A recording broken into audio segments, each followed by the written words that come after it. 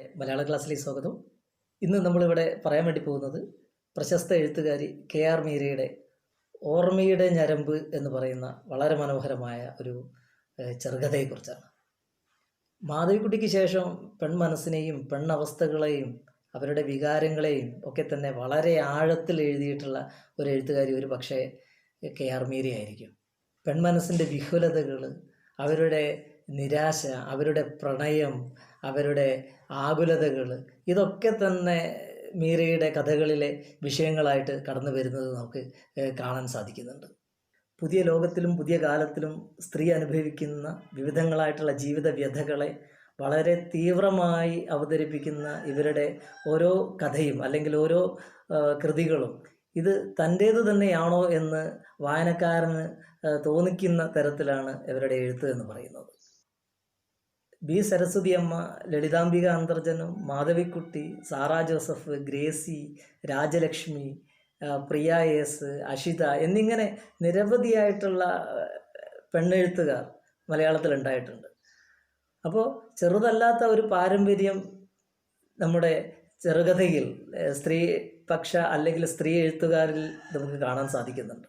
ഞരമ്പ് എന്ന് പറയുന്ന ചെറുകഥയിലേക്ക് നമ്മൾ എത്തുമ്പോൾ അവിടെ കാണുന്നത് ഒരു വൃദ്ധയും ഒരു യുവതിയുമാണ് പ്രധാനമായ കഥാപാത്രങ്ങൾ. ഒരു കാലത്ത് എന്തെല്ലാമോ സ്വപ്നങ്ങൾ കണ്ട്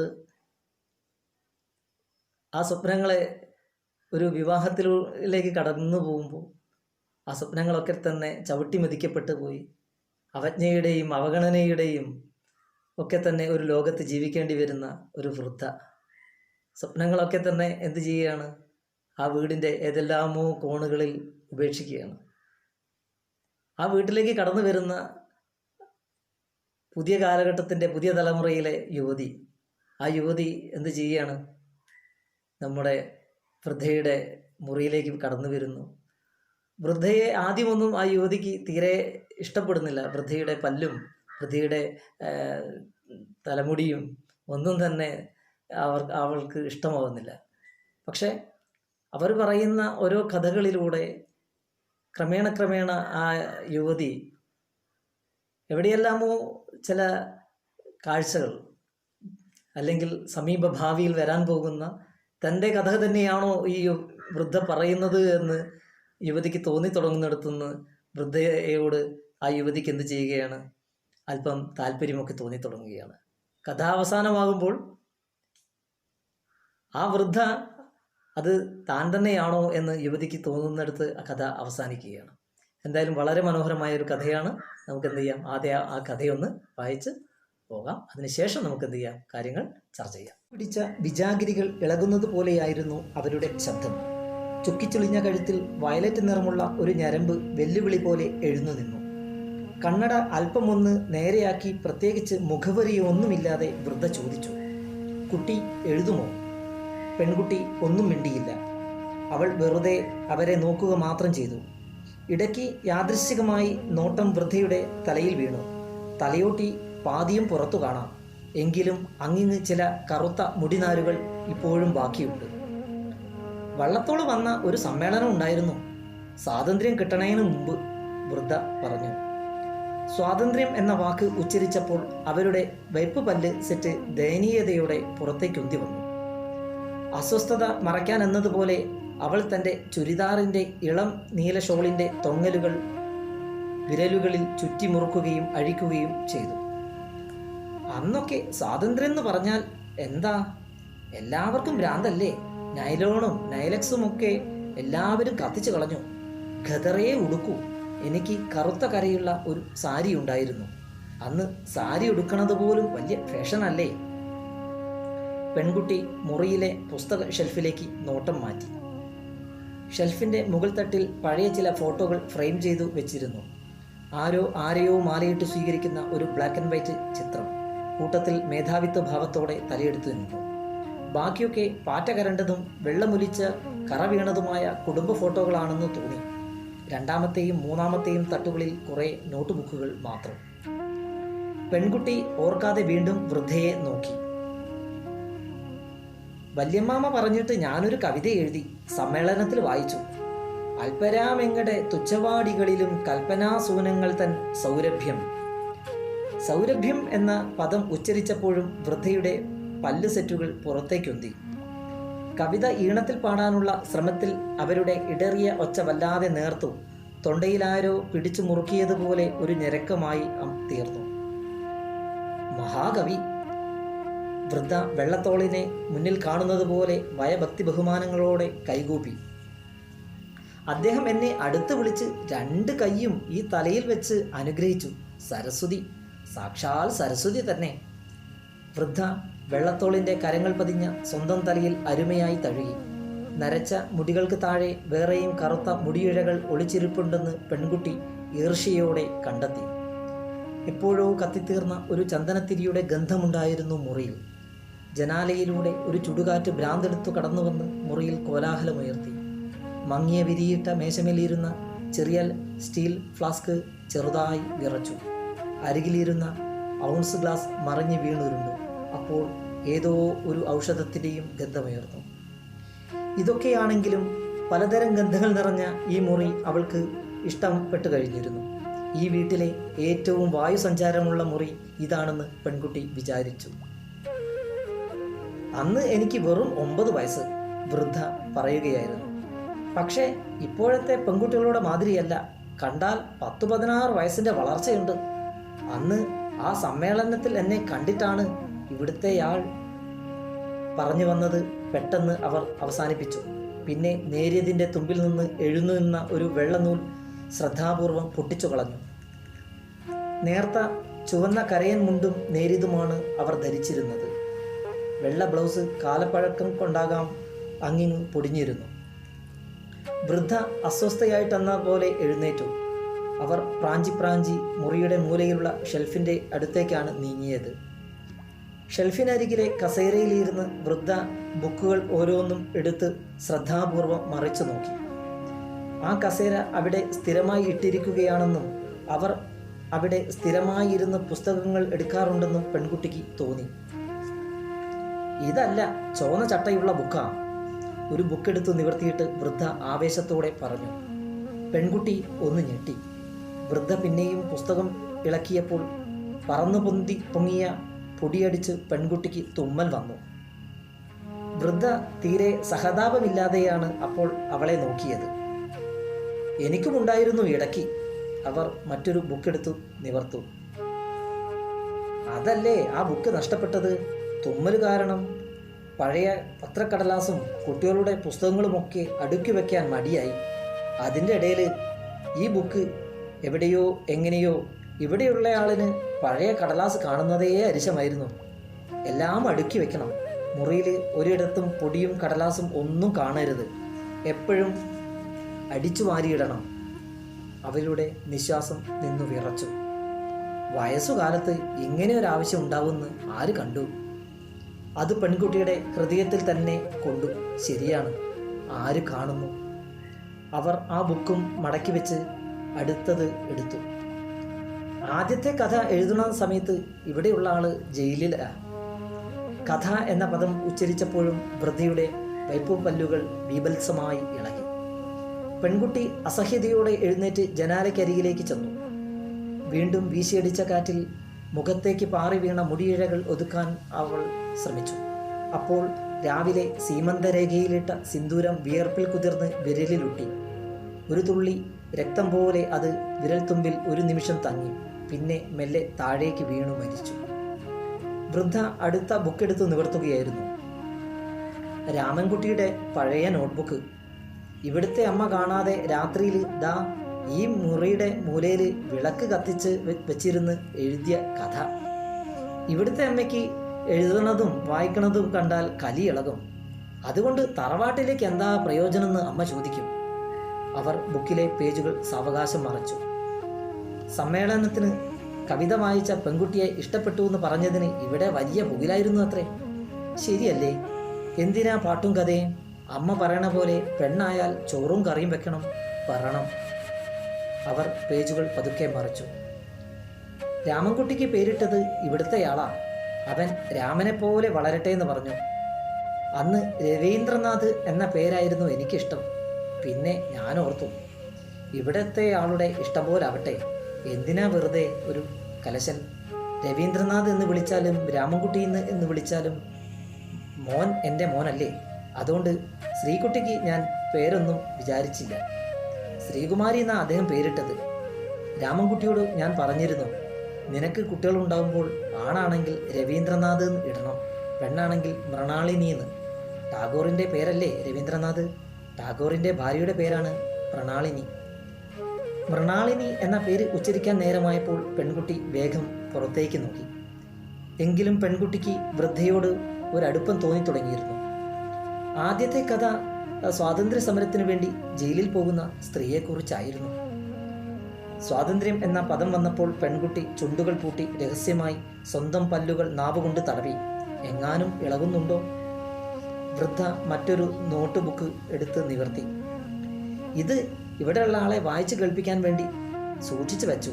പക്ഷേ ജയിലിൽ നിന്ന് വന്ന് കുറേ ദിവസം കഴിഞ്ഞ് ഞാൻ ഒരു കഥ എഴുതിയിട്ടുണ്ട് എന്ന് പറഞ്ഞപ്പോൾ പെൺകുട്ടി ആകാംക്ഷയോടെ നോക്കി. വൃദ്ധയുടെ മുഖം മങ്ങിയിരുന്നു. പെട്ടെന്ന് അവർ ആ ബുക്ക് തിരികെ വെച്ച് മറ്റൊന്നെടുത്തു. ഹാ, ഇതുപോലുള്ള ഒരു ബുക്കായിരുന്നു. ദാ ഇങ്ങനെ തന്നെ നീല വരയിട്ട ബുക്ക്. അതിൻ്റെ മുകളിൽ ഞാൻ ഓം എന്ന് എഴുതിയിട്ടാണ് എഴുതി തുടങ്ങിയത്. രണ്ടാമത്തെ കഥയ്ക്ക് മേലെ ശ്രീരാമജയം എന്ന് എഴുതി. രണ്ടാമത്തെ കഥ എഴുതുമ്പോൾ ഇവിടുത്തെയാൾ ഡൽഹിയിലാണ് MP ആയിട്ട്. അവർ ബുക്ക് മടക്കി ഷെൽഫിൽ വെച്ചു. ഡൽഹി കാണാൻ വലിയ കൊതിയായിരുന്നു എനിക്ക്. പക്ഷേ എന്നെ കൊണ്ടുപോയില്ല. പിന്നെയാവാം എന്ന് പറഞ്ഞ് കാലം പോയി. ഒരു വലിയ ഒഴിവിന് കുട്ടികളെയും അമ്മയും കൊണ്ട് ഡൽഹി കാണിക്കാൻ പോയി. ഞാനും കൂടെ പോയാൽ പശുക്കളെ ആര് നോക്കും?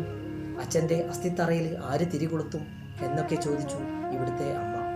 എന്തായാലും എൻ്റെ പോക്ക് നടന്നില്ല. വൃദ്ധ അപകടം പിടിച്ച രഹസ്യം പറയുന്നത് പോലെ പെൺകുട്ടിക്ക് നേരെ അല്പമൊന്ന് ആഞ്ഞിരുന്നു. അന്ന് എഴുതിയതാണ് രണ്ടാമത്തെ കഥ.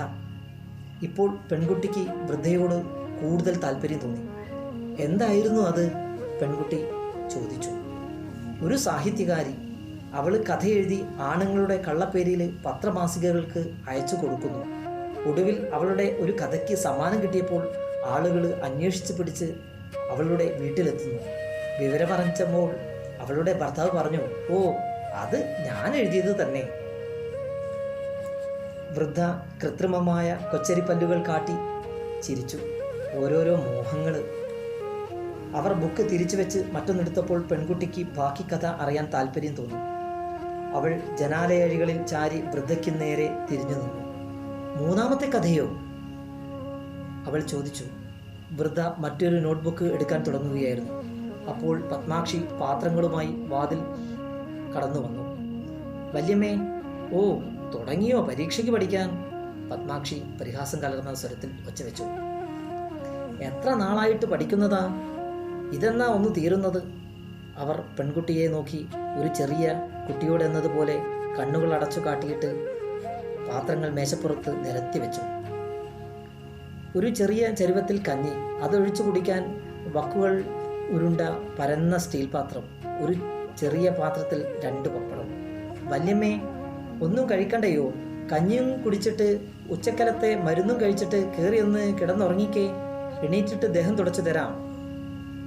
ഒച്ചയെടുക്കാതെ പെണ്ണേ, വൃദ്ധ സൗമ്യതയോടെ ശാസിച്ചു. എനിക്ക് കേൾക്കാം. ഓ, എനിക്കിരിക്കട്ടെ കുറ്റം. പത്മാക്ഷിയുടെ മുഖത്തെ തടിച്ച പേശികൾ നിന്ദയോടെ ചലിച്ചു. അവർ പെൺകുട്ടിയുടെ നേരെ തിരിഞ്ഞു. മോളെന്താ കല്യാണത്തിന് പോകാഞ്ഞത്? അവർ കുറ്റപ്പെടുത്തും പോലെ ചോദിച്ചു. ശ്രീമോൻ കുറെ നിർബന്ധിച്ച് തല്ലിയോ? പുതുപ്പെണ്ണിനെ കാണാൻ എല്ലാവർക്കും ആശ കാണത്തില്ലയോ? പെൺകുട്ടി ഒന്നും പറഞ്ഞില്ല. വൃദ്ധ വെറുതെ ചിരിച്ചു. പെൺകുട്ടിക്ക് ബാക്കി കഥ അറിയാൻ താല്പര്യം തോന്നി. വൃദ്ധ പക്ഷേ നിശബ്ദയായിരുന്നു. പത്മാക്ഷി പകർന്നു വെച്ച കഞ്ഞി അവർ കഴിച്ചു. പിന്നെ വാഷ് ബേസിനരികേക്ക് നടന്നു. പല്ല് സെറ്റ് ഊരി കഴുകി വാഷ് ബേസിന് അരികിൽ വെച്ച കുപ്പി ഗ്ലാസ്സിലെ വെള്ളത്തിലിട്ട് സ്റ്റാൻഡിലിട്ട ടവലിൽ കൈയും മുഖവും തുടച്ചിട്ട് അവർ മെല്ലെ നടന്നു വന്നു. പത്മാക്ഷി മേശമേലിരുന്ന കുപ്പിയിൽ നിന്ന് ഒരു ഗുളികയും ഗ്ലാസ്സിൽ വെള്ളവും പകർന്നെടുത്ത് നീട്ടിയത് അവർ വാങ്ങി. ചുളിഞ്ഞ തൊണ്ടയിലൂടെ ഗുളികയും വെള്ളവും പ്രയാസപ്പെട്ട് ഇറങ്ങുന്നത് പെൺകുട്ടിക്ക് കാണാമായിരുന്നു. ഗുളിക വയലറ്റ് നിറമുള്ള ആ വലിയ ഞരമ്പിനോട് തെല്ലുനേരം മൽപ്പിടുത്തം നടത്തി. പിന്നെ മെല്ലെ അപ്രത്യക്ഷമായി. അപ്പോൾ വൃദ്ധ മെല്ലെ കട്ടിലിലേക്ക് ചരിഞ്ഞു. കഥയുടെ ബാക്കി അറിയാൻ പെൺകുട്ടിക്ക് ആകാംക്ഷ വർദ്ധിക്കുകയായിരുന്നു. പുള്ളിക്കാരുടെ പഴയൊരു ബുക്കുണ്ടായിരുന്നു, ഓർമ്മ പോയ പിന്നെ അത് തപ്പി നടക്കുക, പത്മാക്ഷി രഹസ്യമായി പറഞ്ഞു. മച്ചിൻ്റെ മുകളിലും നിലവറയിലും ഒക്കെ കയറി തപ്പും. ഒടുവിൽ സഹികെട്ട് ഇവിടുത്തെ രാധേച്ചി ശ്രീമോൻ്റെയും മിനുമോളുടെയും പഴയ കുറേ ബുക്കുകൾ എടുത്ത് വെച്ചു കൊടുത്തു. അതുകൊണ്ട് ആശ്വാസമായി. അത് ഓരോന്നും എടുത്ത് മറച്ച് നോക്കി ഇരുന്നോളും. പെൺകുട്ടി ഒന്ന് നെടുവീഴ്പ്പെട്ടുപോയി. മോള് പോരെ, ഇനിയിപ്പം വല്യമ്മ ഉറങ്ങിക്കോളും, വൈകിട്ട് 5 വരെ ഈ കിടപ്പാ. അവർ പാത്രങ്ങളെടുത്ത് അടുക്കി പുറത്തേക്ക് പോയപ്പോൾ എന്തു ചെയ്യണമെന്നറിയാതെ പെൺകുട്ടി നിന്നു. മൂന്നാമത്തെ കഥ? പെൺകുട്ടി സ്വയം അറിയാതെ വീണ്ടും ചോദിച്ചു. വൃദ്ധ അടഞ്ഞു തുടങ്ങിയ കണ്ണുകൾ വലിച്ചു തുറന്ന് മുറിയിൽ അവളുടെ സ്ഥാനം പ്രയാസപ്പെട്ട് നിർണയിച്ചു. പിന്നെ ഒരു ക്രൂരമായ ചിരിയോടെ പറഞ്ഞു, ദുർമരണം. പെൺകുട്ടിക്ക് മനസ്സിലായില്ല. കുരുക്കിടുമ്പോൾ കഴുത്തിൽ ദാ ഈ ഞരമ്പിൽ വീഴണം. അവർ കഴുത്തിലെ വയലറ്റ് ഞരമ്പിൽ തൊട്ടു. അതാരറിഞ്ഞു? പെൺകുട്ടിക്ക് ഭയം പോലൊരു വികാരം കൊണ്ട് ശരീരം കോരിത്തരിച്ചു. ഞരമ്പ് തെറ്റരുത്, അവർ കണ്ണുകൾ അടച്ചുകൊണ്ട് ഓർമ്മിപ്പിച്ചു. തെറ്റിയാൽ ഓർമ്മ കൊടുക്കും. വൃദ്ധ പിന്നെ ഒന്നും പറഞ്ഞില്ല. രാത്രി ഏറെ വൈകി ശ്രീജിത്ത് തിരിച്ചെത്തുമ്പോൾ പെൺകുട്ടി കണ്ണാടിക്ക് മുന്നിൽ കഴുത്ത് നീട്ടി നിന്ന് എന്തോ പരിശോധിക്കുകയായിരുന്നു. എന്താ നോക്കുന്നത്? അർഹിക്കുന്ന ആദരം കിട്ടാത്ത യജമാനന്റെ ഈർഷ്യയോടെ അയാൾ ചോദിച്ചു. ഒരു ഞരമ്പ്, അവൾ വേവലാതിയോടെ പറഞ്ഞു. ഓർമ്മയുടെ ഞരമ്പ്. ഈ കഥയിൽ കാണുന്നത് സ്ത്രീയുടെ സ്വാതന്ത്ര്യമില്ലായ്മയുടെയും സ്വപ്നങ്ങളും പ്രതീക്ഷകളും ഒക്കെ തകർന്നു പോകുന്ന ഒരു ചിത്രം നമുക്ക് ഇതിൻ്റെ അകത്ത് കാണാൻ കഴിയുന്നുണ്ട് അല്ലേ. ഇതിൻ്റെ അകത്ത് പ്രധാനമായിട്ട് കടന്നു വരുന്നത് 2 സ്ത്രീകളാണ്. ഒന്നൊരു വൃദ്ധയാണ്, പിന്നെ ഒന്ന് ഒരു പുതിയ കാലഘട്ടത്തിൻ്റെ പുതിയ തലമുറയിലെ ഒരു യുവതിയാണ് നമ്മൾ കാണുന്നത്. ഈ വൃദ്ധയുടെ മുറിയിലേക്ക് ഈ യുവതി ആദ്യമായിട്ട് കടന്നു വരികയാണ്. അത് അവരുടെ ഭാവങ്ങളിൽ നിന്ന് നമുക്ക് തിരിച്ചറിയാൻ സാധിക്കുന്നുണ്ട്. ആ വൃദ്ധ യുവതിയെ കാണുന്ന ആദ്യം തന്നെ ചോദിക്കുന്നത് കുട്ടി എഴുതാറുണ്ടോ എന്നാണ് ചോദിക്കുന്നത്. പക്ഷേ കുട്ടി അതിന് മറുപടിയൊന്നും പറയുന്നില്ല. ആ യുവതി അതിന് മറുപടിയൊന്നും പറയുന്നില്ല. അവൾ ആ വൃദ്ധയെ തന്നെ ഇങ്ങനെ സൂക്ഷ്മമായി നിരീക്ഷിക്കുകയാണ്. പക്ഷേ പിന്നെ വൃദ്ധയുടെ രൂപവും അവരുടെ വെപ്പ് പല്ലും ഒന്നും എന്ത് ചെയ്യുന്നില്ല, ആ യുവതിക്ക് ഇഷ്ടമാവുന്നില്ല. അവർ സംസാരിക്കുമ്പോൾ അവരുടെ പല്ല് പുറത്തേക്ക് തള്ളി വരുന്നുണ്ട്. അതൊക്കെ ആ യുവതിക്ക് അസ്വസ്ഥമാക്കുകയാണ്. അങ്ങനെ ആ വൃദ്ധ തൻ്റെ കുട്ടിക്കാലത്തെക്കുറിച്ച് പറയുകയാണ്. താൻ ഒരു വള്ളത്തോൾ വന്നിരുന്ന ഒരു സമ്മേളനത്തിൽ പോയ കാര്യവും അവിടെ ഒരു മനോഹരമായ ഒരു കവിത ചൊല്ലുകയും വെള്ളത്തോൾ തൻ്റെ തലയിൽ കൈവച്ച് അനുഗ്രഹിച്ച കാര്യമൊക്കെ വൃദ്ധ അങ്ങനെ പറയുകയാണ്. യുവതി അതൊക്കെ എങ്ങനെ കേൾക്കുകയാണ്. ആ സമയത്തൊന്നും വൃദ്ധയോട് യുവതിക്ക് വലിയ താല്പര്യമൊന്നും തോന്നുന്നില്ല. പക്ഷേ വൃദ്ധ തൻ്റെ ഓരോരോ കഥകൾ ഇങ്ങനെ പറഞ്ഞു പോവുകയാണ്. പിന്നീട് പിന്നെ അവിടെ വെച്ച് കണ്ട ആൾ തന്നെ വിവാഹം കഴിക്കുന്നു, ഈ വീട്ടിലേക്ക് താൻ വരുന്നു. മനസ്സിലായില്ലേ? ഇവിടെ എത്തിയപ്പോൾ എന്താണ് സംഭവിക്കുന്നത്? ഭർത്താവിൻ്റെ അമ്മ പറയുകയാണ്, പെണ്ണുങ്ങളായാൽ സ്ത്രീകളായാൽ ചോറും കറിയും വെക്കണം, പറയണം, അതിനപ്പുറത്ത് മറ്റൊന്നും വേണ്ട എന്ന് ചിന്തിക്കുന്ന, എന്ന് പറഞ്ഞാൽ വലിയ സ്വാതന്ത്ര്യവും വലിയ സ്വപ്നങ്ങളും ഒക്കെ ആയിട്ടാണ് ഭർത്താവിൻ്റെ വീട്ടിലേക്ക് കടന്നു വരുന്നത് ഒരു സമ്മേളനത്തിൽ വെച്ചിട്ടാണ് ഭർത്താവിനെ കണ്ടുമുട്ടുന്നത്. അപ്പോൾ അവർ പ്രതീക്ഷിക്കുന്ന ഒരു ലോകമുണ്ട് ഭർത്താവിൻ്റെ വീട്ടിൽ. പക്ഷേ ഭർത്താവിൻ്റെ വീട്ടിലെത്തിയപ്പോൾ ആ ലോകമൊന്നും അല്ല അവർക്ക് അവിടെ കാണുന്നത്. അവരുടെ സ്വാതന്ത്ര്യം മുഴുവൻ, അവരുടെ സ്വപ്നങ്ങൾ മുഴുവൻ എന്തായാലും ഇല്ലാതായി പോകുന്നൊരു ചിത്രമാണ് അവരവിടെ കാണുന്നത്. അങ്ങനെ അവർ കഥ ഇങ്ങനെ പറയാൻ, അവരുടെ ജീവിതം ഇങ്ങനെ പെൺകുട്ടിയോട് ഇങ്ങനെ പറയുമ്പോൾ പെൺകുട്ടി ഒന്നും മിണ്ടുന്നില്ല. പക്ഷേ ക്രമേണ എന്ത് ചെയ്യാണ്, പെൺകുട്ടിക്ക് പിന്നെ വൃദ്ധയോട് ഇങ്ങനെ താല്പര്യം തോന്നി വരികയാണ്. വൃദ്ധ പറയാണ്, ഒരു മകനുണ്ടായപ്പോൾ അവനൊരു പേരിടണം എന്ന് എനിക്ക് ആഗ്രഹം ഉണ്ടായിരുന്നു, പക്ഷെ അതിന് എനിക്ക് സാധിച്ചില്ല. ഭർത്താവ് എന്ത് ചെയ്തു? ഭർത്താവ് ഒരു പേര് നിശ്ചയിച്ചു. പിന്നെ ഒരു മകളുണ്ടായപ്പോൾ താൻ അതിനെക്കുറിച്ചൊന്നും പറയാൻ പോയില്ല എന്നാണ് പറയുന്നത്. പിന്നീട് ഭർത്താവ് അങ്ങ് ഡൽഹിയിലേക്ക് MP ആയി പോകുന്ന സമയത്ത് ഭർത്താവിനോട് കൂടെ പോകണമെന്ന് എനിക്ക് ആഗ്രഹം ഉണ്ടായിരുന്നു. പക്ഷേ അവിടെയും ഭർത്താവിൻ്റെ അമ്മ പറഞ്ഞു, എന്താണ് പറഞ്ഞിരിക്കുന്നത്? നീ പോയി കഴിഞ്ഞാൽ അച്ഛൻ്റെ അസ്ഥിത്തറയിൽ ആരാണ് പിന്നെ തിരിവെക്കുക, പശുവിനാരാണ് വെള്ളം കൊടുക്കുക എന്നൊക്കെ പറഞ്ഞ് അവരുടെ ആ ആഗ്രഹവും എന്ത് ചെയ്യുന്നു, പതുക്കെ ഇല്ലാതാക്കുകയാണ്. അങ്ങനെ അവർ കണ്ട ഓരോരോ സ്വപ്നങ്ങളും ആഗ്രഹങ്ങളും പ്രതീക്ഷകളും ഒക്കെ എന്ത് ചെയ്യാണ്, ക്രമേണ ആ വീട്ടിൽ നിന്ന് ഇല്ലാതായി പോവുകയാണ്. ഇങ്ങനെ ഈ വൃദ്ധ അവരുടെ കഥകളൊക്കെ ഇങ്ങനെ പറഞ്ഞ് ഇങ്ങനെ പോകുന്നതിനനുസരിച്ച് നമ്മുടെ യുവതിക്ക് എന്ത് ചെയ്യുന്നു, ആദ്യം ആ വൃദ്ധയോടുണ്ടായിരുന്ന ഈർഷ്യയും അസഹിഷ്ണുതയും ഒക്കെ മാറി പതുക്കെ എന്ത് ചെയ്യുന്നു, ആ വൃദ്ധയോട് ഒരു സ്നേഹഭാവം ഇങ്ങനെ വരികയാണ്. അതിനിടയിൽ തന്നെ വൃദ്ധ എന്ത് ചെയ്യുന്നുണ്ട്, അവരെഴുതിയ കഥകളെക്കുറിച്ച് പറയുന്നുണ്ട്. ആ കഥകളിൽ ഒരു കഥ എന്ന് പറയുമ്പോൾ ഒരു സാഹിത്യകാരി അവരൊരു കഥ എഴുതി എന്ത് ചെയ്യുന്നു, പേര് മാറ്റിയിട്ട് പ്രസിദ്ധീകരണത്തിന് അയക്കുന്നു. അങ്ങനെ പ്രസിദ്ധീകരണത്തിന് അയച്ച സമയത്ത് അത് പ്രസിദ്ധീകരിച്ച് വരികയാണ്. അങ്ങനെ അവർ അന്വേഷിച്ച് തപ്പിപ്പിടിച്ച് ആ സാഹിത്യകാരിയെ കണ്ടെത്തുന്നു. അപ്പോൾ അവരുടെ ഭർത്താവ് പറയുകയാണ് ആ കഥ താനാണ് എഴുതിയത് എന്ന് പറയുന്നു. അപ്പോൾ എന്തായിരിക്കാം ആ കഥ, അല്ലെങ്കിൽ അത് ആരുടെ അനുഭവമായിരിക്കാം? അത് ആ വൃദ്ധയുടെ അനുഭവമായിരിക്കാം എന്ന് പറയാം. അപ്പോൾ വൃദ്ധയുടെ ഓരോ കഥയും വൃദ്ധയുടെ അനുഭവങ്ങളായിരുന്നു. വൃദ്ധ ആ വീട്ടിൽ ആരും കാണാതെ വീടിൻ്റെ പിന്നെ മൂലയിൽ എന്ത് ചെയ്യാണ്, ഇരുന്നിട്ടാണ് ഭർത്താവിൻ്റെ വീട്ടിൽ നിന്ന് കഥകൾ എഴുതിയിരുന്നത്. അപ്പോൾ ആ ഒരു സ്വാതന്ത്ര്യമൊന്നും അവർക്ക് അവിടെ കിട്ടുന്നുണ്ടായിരുന്നില്ല എന്നാണ് പറഞ്ഞു വരുന്നത്. ഈ കഥകളൊക്കെ കേൾക്കുന്ന സമയത്താണ് ഈ യുവതിക്ക് എന്ത് ചെയ്യുന്നു, ഒരു താല്പര്യം ഉണ്ടാവുകയാണ്. കാരണം ഈ വൃദ്ധ കടന്നു പോയ വഴികളിലൂടെയൊക്കെ തന്നെ നാളെ താനും കടന്നു പോകേണ്ടി വരുമോ എന്നുള്ള ഒരു ചിന്തയാണ് എന്ത് ചെയ്യുന്നത്, ആ യുവതിയെ അസ്വസ്ഥമാക്കാൻ തുടങ്ങുകയാണ്. അതുകൊണ്ട് തന്നെ വൃദ്ധ പറയുന്ന ഓരോന്നും ആ യുവതി വീണ്ടും അവരെന്ത് ചെയ്യാണ്, ആകാംക്ഷയോട് കേൾക്കാൻ വേണ്ടി താല്പര്യപ്പെട്ട് നിൽക്കുകയാണ്. ഇവിടെ കൂടുതൽ സംസാരിക്കുന്നത് ആരാണ്? വൃദ്ധയാണ്. 2-3 സന്ദർഭങ്ങളിൽ മാത്രമാണ് എന്ത് ചെയ്യുന്നത്, ഈ യുവതി ആകെ സംസാരിക്കുന്നുള്ളൂ. മൂന്നാമത്തെ കഥ അറിയാൻ വേണ്ടി യുവതി ചോദിക്കുന്നതാണ്. എന്താണെന്ന് ചോദിക്കുന്ന സമയത്ത് വൃദ്ധ പറയുന്ന ദുർമരണം എന്ന് പറയുന്നത്.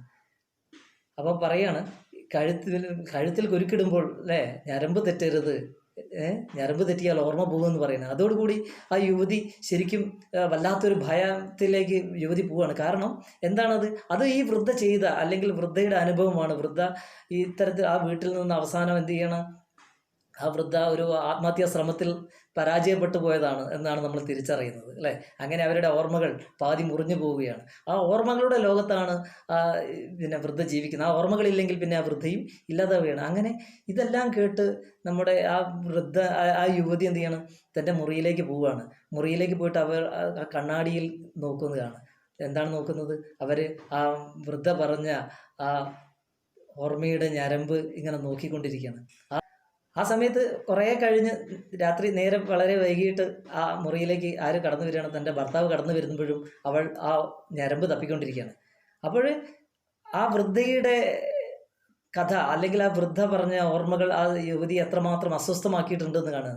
എന്നിട്ട് യുവാവ് ചോദിക്കുകയാണ്, അർഹിക്കുന്ന ആദരം കിട്ടാത്ത പിന്നെ യജമാനൻ്റെ ഈർഷ്യയോടെ അയാൾ ചോദിച്ചു എന്നാണ് പറയുന്നത് അല്ലേ. നീ എന്ത് ചെയ്യുകയാണ് ഇത്രയും നേരം എന്ന് ചോദിക്കുകയാണ്. അപ്പോൾ പിന്നെ സ്ത്രീകൾ എന്നും ആദരവ് കൊടുക്കേണ്ടവരും പുരുഷന്മാർ അത് എപ്പോഴും കൈനീട്ടി സ്വീകരിക്കേണ്ടവരുമാണ് എന്നുള്ള ഒരു ചിത്രം നമ്മൾ കാണണം. എന്ന് പറഞ്ഞു കഴിഞ്ഞാൽ ഇതിൻ്റെ അകത്ത് നമ്മൾ കാണുന്നത് സ്വപ്നങ്ങളും പ്രതീക്ഷകളും ഒക്കെ ആയിട്ട് അല്ലേ ജീവിക്കുന്ന എത്രയോ ആളുകളെ നമ്മുടെ ചുറ്റുപാട് നമ്മുടെ സമൂഹത്തിൽ നമുക്ക് കാണാം. ആ സ്വപ്നങ്ങളൊക്കെ തന്നെ തകർന്നു പോയി അല്ലേ, ഒന്നും നടക്കാതെ വീടിൻ്റെ 4 ചുമരുകൾക്കുള്ളിലേക്ക് അതൊക്കെ ഒതുക്കി വെക്കുന്ന എത്രയോ ആളുകളുണ്ട്. അപ്പോൾ അത്തരത്തിലുള്ള കഥ അല്ലെങ്കിൽ അത്തരത്തിലുള്ള ആളുകളുടെ അനുഭവമാണ് ഈ കഥ എന്ന് പറയുന്നത്. അതുകൊണ്ട് തന്നെ നമ്മൾ ഈ കഥയുടെ നമ്മൾ ഈ പാഠം തുടങ്ങുമ്പോൾ തന്നെ നമ്മൾ പറഞ്ഞതുപോലെ ഓരോ വായനക്കാരനും ഇത് തൻ്റെ കഥയാണ് അല്ലെങ്കിൽ ഇത് എൻ്റെ അനുഭവമാണ് എന്ന് തോന്നുന്ന തരത്തിൽ വളരെ മനോഹരമായി എഴുതിയ ഈ ഒരു കഥയാണ് ഓർമ്മയുടെ ഞരമ്പ് എന്ന് പറയുന്നത്. എന്തായാലും ഇതിൻ്റെ ബാക്കി ഭാഗവുമായിട്ട് നമുക്ക് എന്ത് ചെയ്യാം, അടുത്ത ക്ലാസ്സിൽ വീണ്ടും കണ്ടുമുട്ടാം. അതുവരെ നിങ്ങൾ എന്ത് ചെയ്യുക, ഈ കഥ നന്നായിട്ട് ഒന്ന് വായിക്കുക. Okay, thank you.